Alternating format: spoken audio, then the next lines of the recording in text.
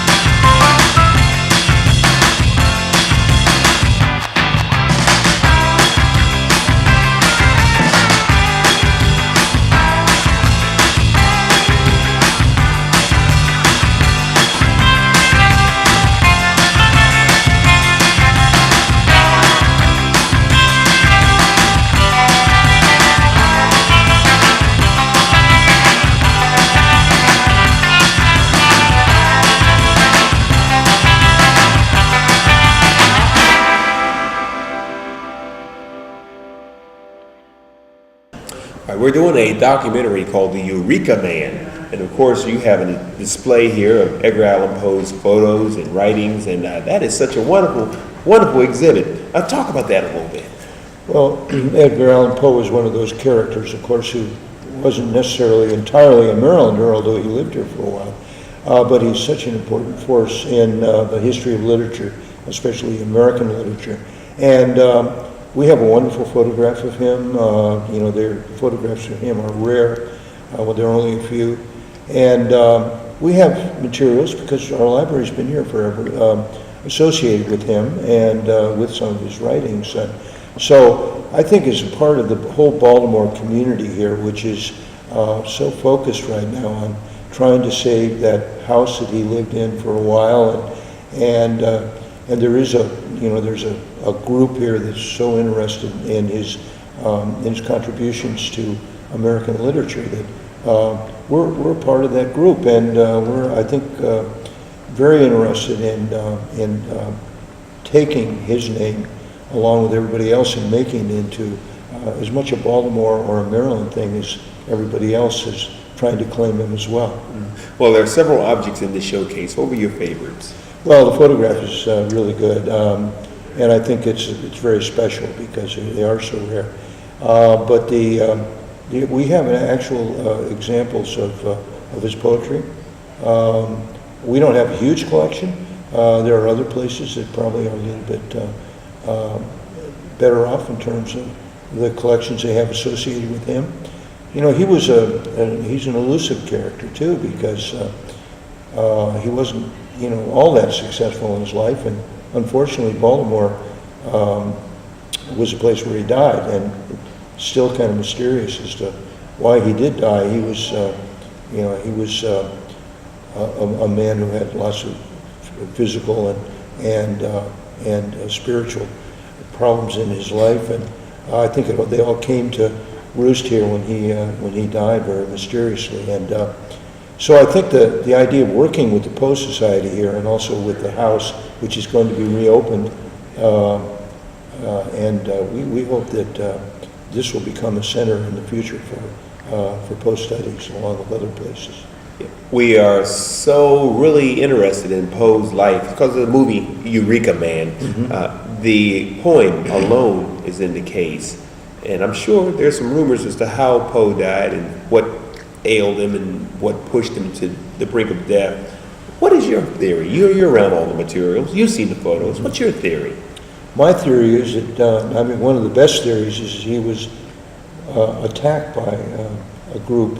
It wasn't unusual during political campaigns that the famous Mobtown part of Baltimore came out, and there were people around who engaged in intimidation, getting people either to not vote or to vote a certain way. And he could very well have been attacked, and that's one of the theories, that he was left to die, and when he was found, he was pretty much almost comatose, I guess. So it's a sad ending to a really important man. He wasn't all that old. Mm-hmm. And you have the transcript to Alone, which is one of the key poems in the story Eureka Man. Was that as dark as most of his other writings, or was that I guess it was. Yeah, they got darker and darker. I think he was playing out his own darknesses in his life, and it's given us a great gift because he was not only the creator of detective novels and mystery stories, but I think he was his poetry in particular is very, very spiritual, and I think it's sort of set a pattern that became much more important in the following generations. So he's such a pioneer in so many ways, in the all kinds of new directions in literature. We want everyone to understand that Maryland history is American history. This colony goes back 4 centuries, and we are Command Central here, and we'd love for people to come down and just spend an afternoon looking at our treasures, but also if you have an interest in Maryland history, either as a young student or somebody who has relatives who lived here generations ago. It's all here, and we hope you'll come and partake and enjoy what we have to offer. We'll be right back with more. And when the conversation about how we would preserve and continue the legacy of Poe started, and we started to hear from people not just in Baltimore and in Maryland, but literally all over the world who have a deep and abiding appreciation for Poe and what he means in literary history. I knew at that point we would get that critical mass. We would get that concentration of support that we would need in order to preserve this legacy. And I'm proud to stand here as we embark on this new partnership and a new chapter for Edgar Allan Poe. So again, Kristen, I want to thank you and all your board members, and thank you all for being here. And I think we're about to do our toast. All righty. Thank you. So, do you want to do one first or me first? All you. All right. So, in honor of the former Poe toaster and Poe himself, I'd like to raise a glass of Martell Cognac to Poe, to honor him and the Poe enthusiasm in Baltimore and around the world. To Poe, as we stand in front of the house where he once lived, wrote, and loved.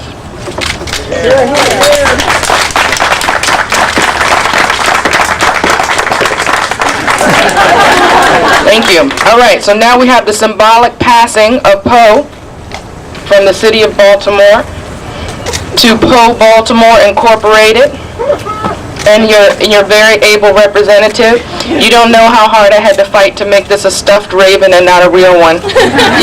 I'm telling you, the Poe enthusiasts they were very insistent, but I didn't trust the little bird. So this one I trust. So with this, I pass the Poe House from the city of Baltimore to Poe Baltimore Incorporated. God bless you, and thank you very much.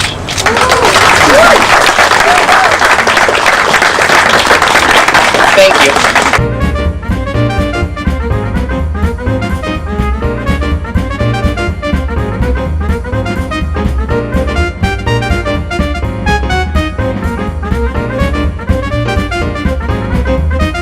Welcome back. And we're sitting here in the Walter Eager Rhodes Reading Room, and there's these beautiful columns all around us here. Would you explain the architecture? Well, this was created in 1920, and what happened was the Maryland Historical Society had been downtown after the fire of 1904, which was a really serious fire here in Baltimore. They got a little nervous about all the treasures they had and the great library they had. So they decided right after the First World War, with the help of the Kaiser family, K-A-Y-S-E-R, to move into Enoch Pratt's house. Now, Enoch Pratt, of course, was the creator of the great library system that became a model all over America. And his house became available because his widow had died and was purchased by Mrs. Kaiser. And so the Historical Society moved out here right after the First World War in 1919 and built this wonderful library. And these columns here are typical of the sort of neo-colonial, neoclassical era. They're wonderful Corinthian columns, and this became the reading room in the new library right next to the Enoch Pratt House, which is one of the great houses here in the Mount Vernon district. And so this has been here almost 100 years, and it's become a historic place on its own. So you have a number of rooms here.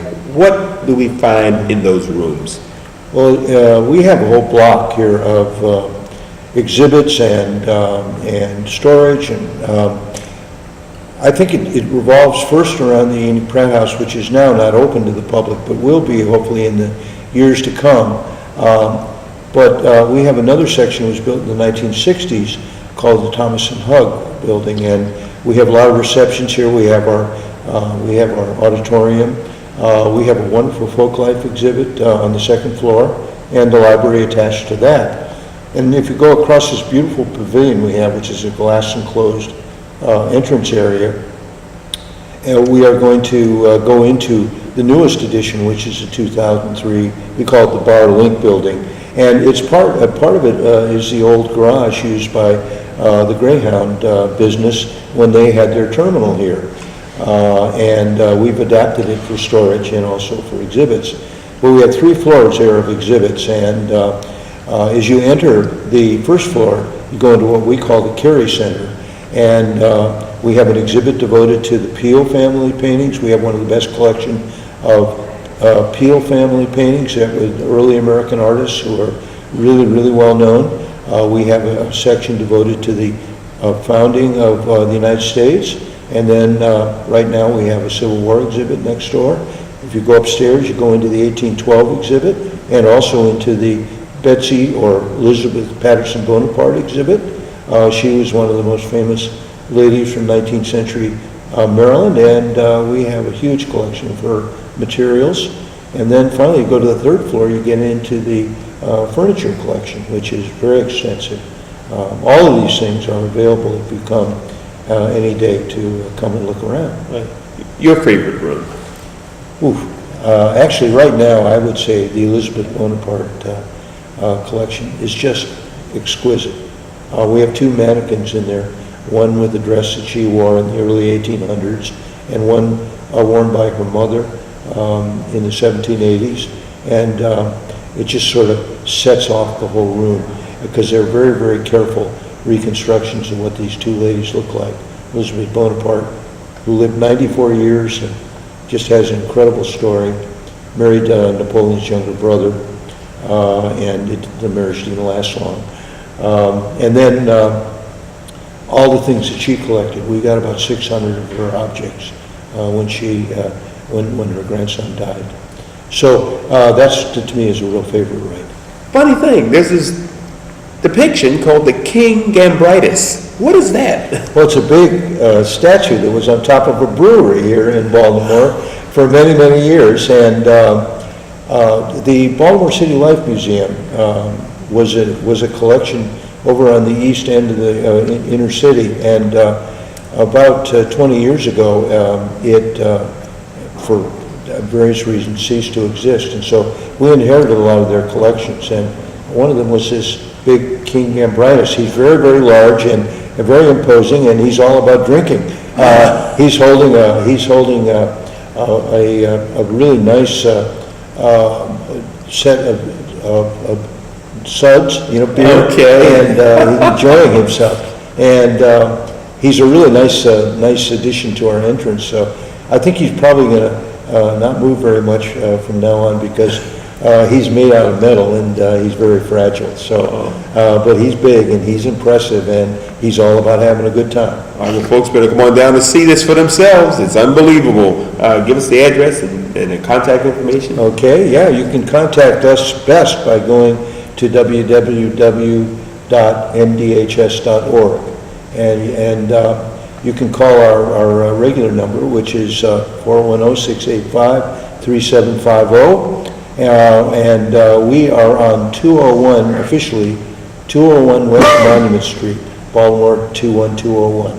All right, well, Bert Cameron, I want to thank you for being a part of the program, and keep up the good work. Well, thank you very much. Okay, bye-bye.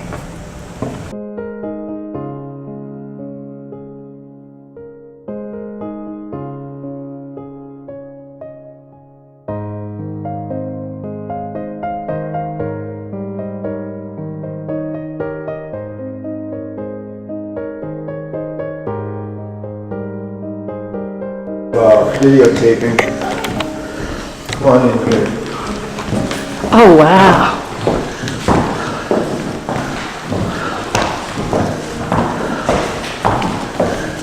Here you are. Oh, wow. This is unbelievable. This is all about the long, very interesting life of Elizabeth Bonaparte. Now, isn't Bonaparte buried up at Loudon Park Cemetery? Yeah. Yeah, because we did a little piece on that.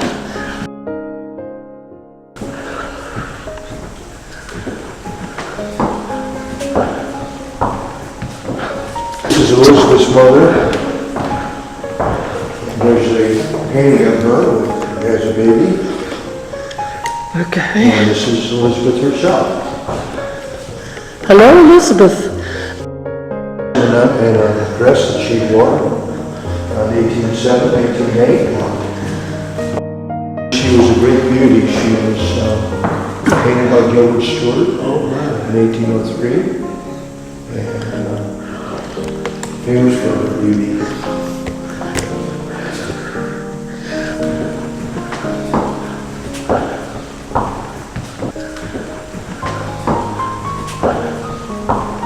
There's a tiara that she wore. Well, I guess so. Napoleon was her brother-in-law, right? Well, her father wrote her out of his will because she was giving him so much trouble. So she ended up the first female millionaire in the country. Wow. She owned most of this neighborhood when she died. So move over Oprah. She was these are, that's her son. Get out of here. Which one is her son up And there? that's her two grandsons. Oh, wow. Hello. Yeah, how you doing?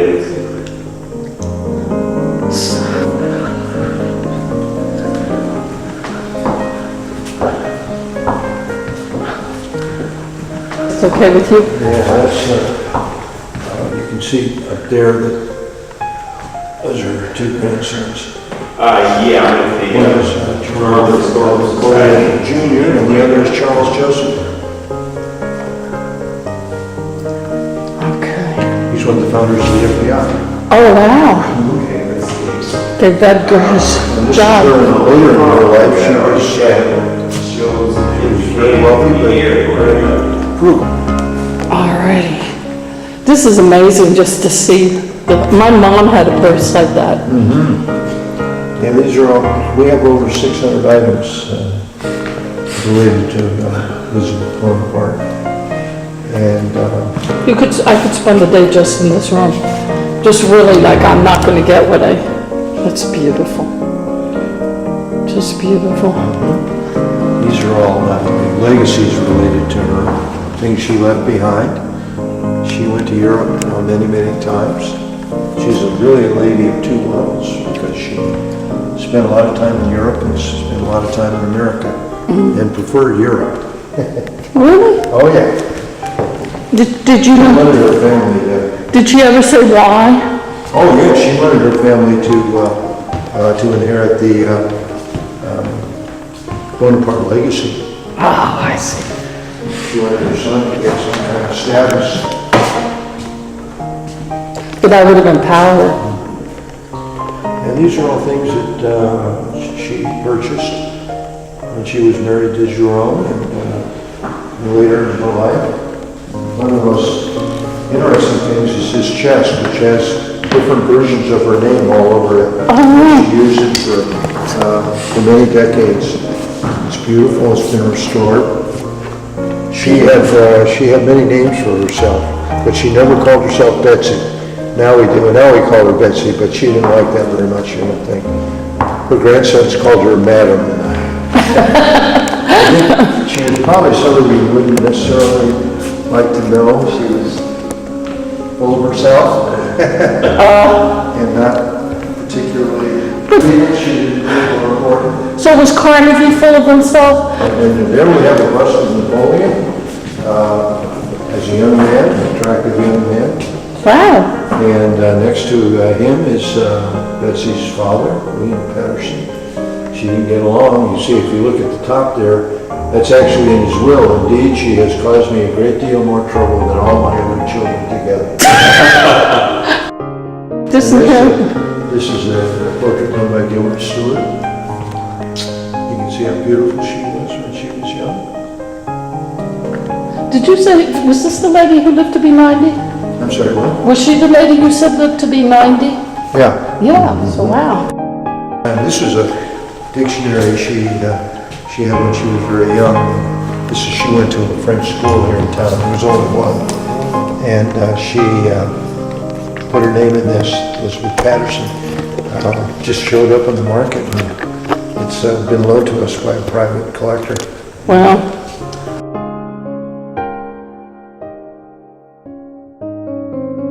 I think I got it. Yeah, that's later. It just gives you a nice feel for what's really up here. You know, just like, Quite a nice exhibit.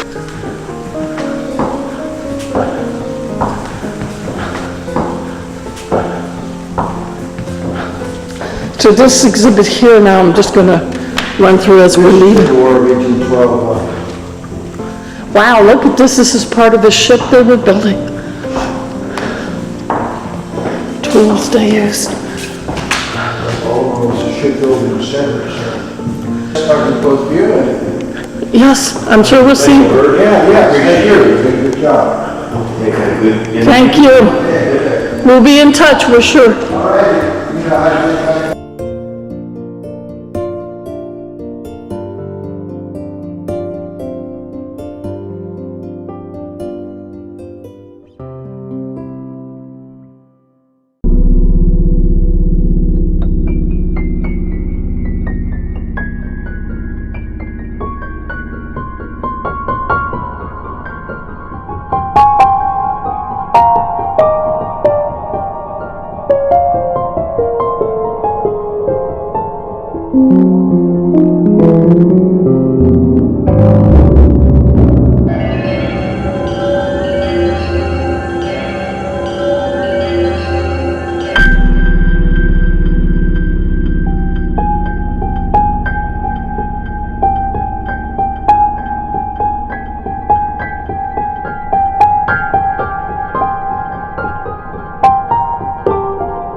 Thank you.